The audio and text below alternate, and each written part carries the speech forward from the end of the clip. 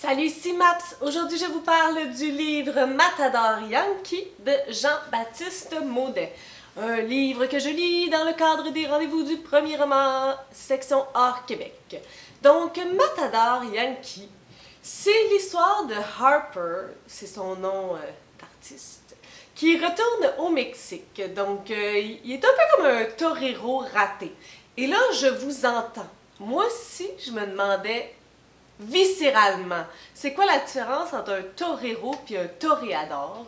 Et mon ami Google m'a dit, et je vous cite, toréador est un terme vieilli désignant celui qui combat les taureaux dans les courses publiques. Le terme de torero le supplante aujourd'hui. Donc, on va se coucher moins niaiseux en gang parce que le livre ne m'a pas expliqué tout ça. Donc, notre Harper est un torero raté. Donc, c'est pour ça que je disais que c'est un artiste. Il était passionné, il faisait les bonnes choses, il a gagné beaucoup de combats, mais il n'a jamais eu le fame qu'il aurait aimé avoir. Donc là, ben, il retourne au Mexique, on ne sait pas trop nécessairement pourquoi. Il a l'opportunité de retourner dans l'arène et de faire un combat, donc il va l'apprendre. Ça n'a pas l'air d'un si gros événement que ça. Mais à la suite de ce combat-là, il va se passer une situation, ma foi, étrange. Et ça va l'amener un peu dans une fuite, dans une course folle, parce qu'il va être un petit peu dans le trouble. Donc, c'est l'histoire de Matador Yankee. On est vraiment au départ dans cette ambiance de western, on sent la poussière, on goûte l'air sec, on voit les cactus. Y a-t-il des cactus? Vous voyez comment j'ai pas voyagé. Tu sais, on ressent toute la sécheresse de l'habitat. On est vraiment là dans le western cowboy, on entend la petite musique. Si je vous parle de l'histoire, ben je vous dirais que ça se lit bien, sauf que ça manquait un peu de but pour moi. Donc, ok, il arrive au Mexique, on sait pas trop pourquoi, on sait pas trop comment, on s'en va dans le combat de torero, ça va. Moi, je pensais que ça allait être comme notre but ultime, puis que ça allait être comme The Thing, mais finalement pas vraiment, donc on passe à autre chose, puis là, on s'en va dans l'intrigue majeure qu'il faut comme prendre la fuite.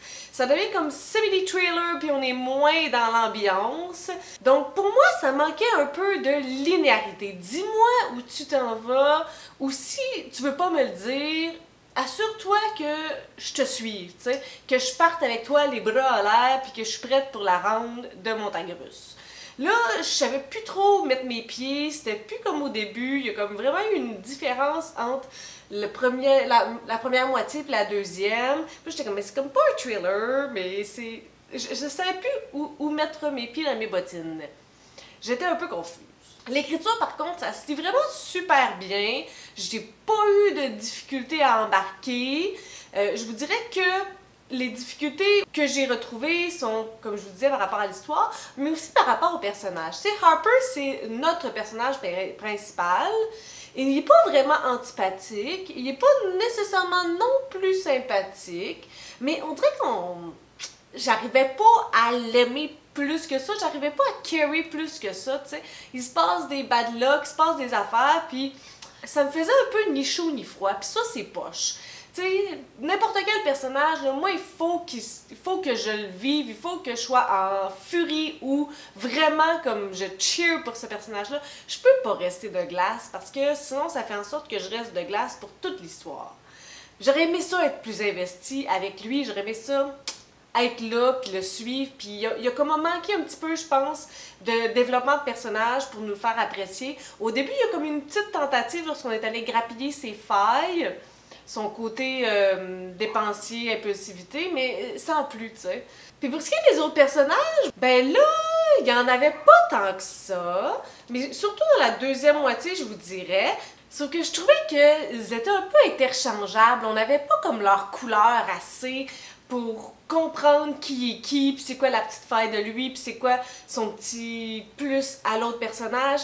Et parfois, je lisais quelque chose, puis là, j'étais comme « Ah, ok, c'est Antonio, ah, c'est Miguel », puis les deux personnages féminins de la fin, Adela puis Magdalena, je lisais les affaires puis j'étais comme ah oh non ok c'est pas elle c'est l'autre, c'était vraiment comme trop interchangeable. Je sais pas si l'enjeu était par rapport à l'écriture ou vraiment par rapport à la distinction entre les personnages, mais j'aurais aimé que ça soit plus précis et qu'on puisse distinguer plus facilement.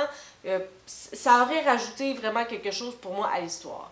Donc au final, c'était pas une mauvaise lecture, mais pour moi, c'était définitivement pas un wow. Il y avait des petites failles qui auraient pu être, ben tu sais, je suis pas écrivaine du tout, mais peut-être aisément modifiées.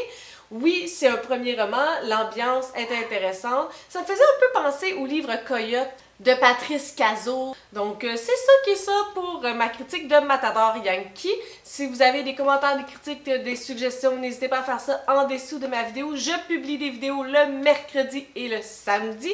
Si vous aimez cette vidéo, n'hésitez pas à mettre un petit pouce ou à vous inscrire à ma chaîne. Et sur ce, je vous souhaite de bonnes lectures.